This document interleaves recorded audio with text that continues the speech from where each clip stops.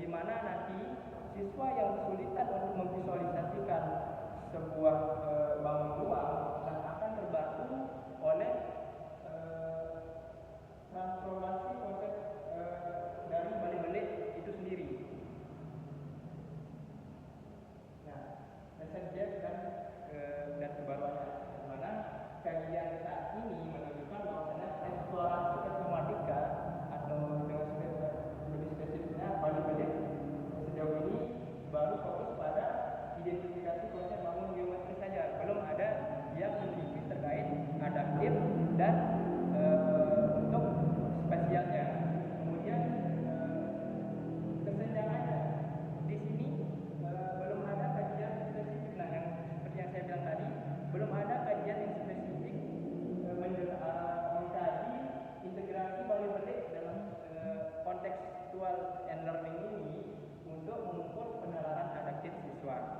Kemudian kebaruannya, nah di sini saya akan menghadirkan mengkaitkan atau menguji budaya Sasak dengan variabel kemampuan spesial sebagai faktor peninjaunya.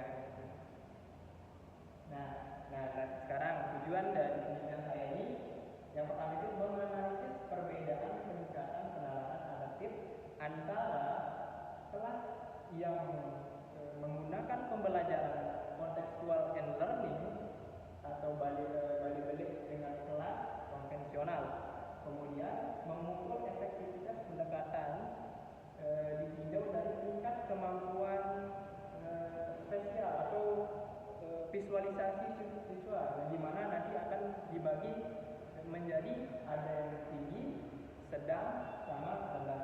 Nah, yang kemudian mengidentifikasi interaksi. Nah, saya akan mengidentifikasi interaksi bagaimana konsep contextual teaching and learning ini berefek pada modul pembelajaran dan kapasitas spasial terhadap penalaran siswa itu sendiri. Nah, kemudian kajian teori. Nah, kita masuk ke kajian teori, CTA dan penalaran adaptif.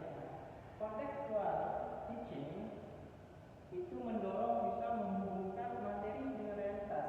Nah, sesuai dengan definisinya, CTL itu mendorong siswa untuk menghubungkan suatu permasalahan atau konteks matematika ke kehidupan yang real atau yang nyata atau realitas kehidupan melalui 7 komponen, yaitu konstruktivisme, bertanya, empiri, masyarakat belajar, pemodelan, refleksi, penilaian data. Kemudian penalaran adaptif. Nah, kapasitas untuk berpikir logis mengenai hubungan antara konsep mengajukan dugaan, yang dimana konsep dari adaptif ini bahwasanya siswa itu tidak hanya harus bisa menjustifikasi bahwasanya jawaban mereka itu valid atau benar sesuai dengan penalaran adaptif itu sendiri. Nah, kemudian kemampuan spesial. Dari kemampuan spesial ini, kapasitas mereka untuk memanipulasi atau memutar atau mentransformasikan objek ruang secara abstrak. Nah, yang dimana fungsi dari kemampuan spesial ini, visualisasi atau orientasi ini, untuk bagaimana siswa itu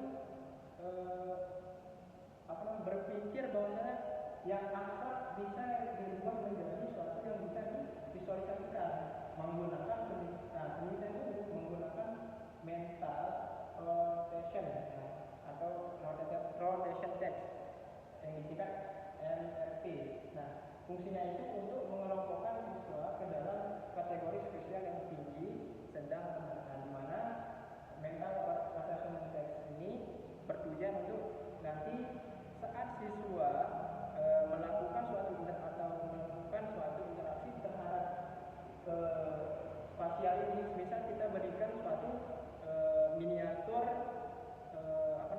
balik-balik tersebut, nanti kita buatkan. Nah, ketika kita mereka untuk mengkonstruksikan atau misalkan kita suruh memutar itu, tetap dia mengerti bahwa di sini struktur balik-baliknya atau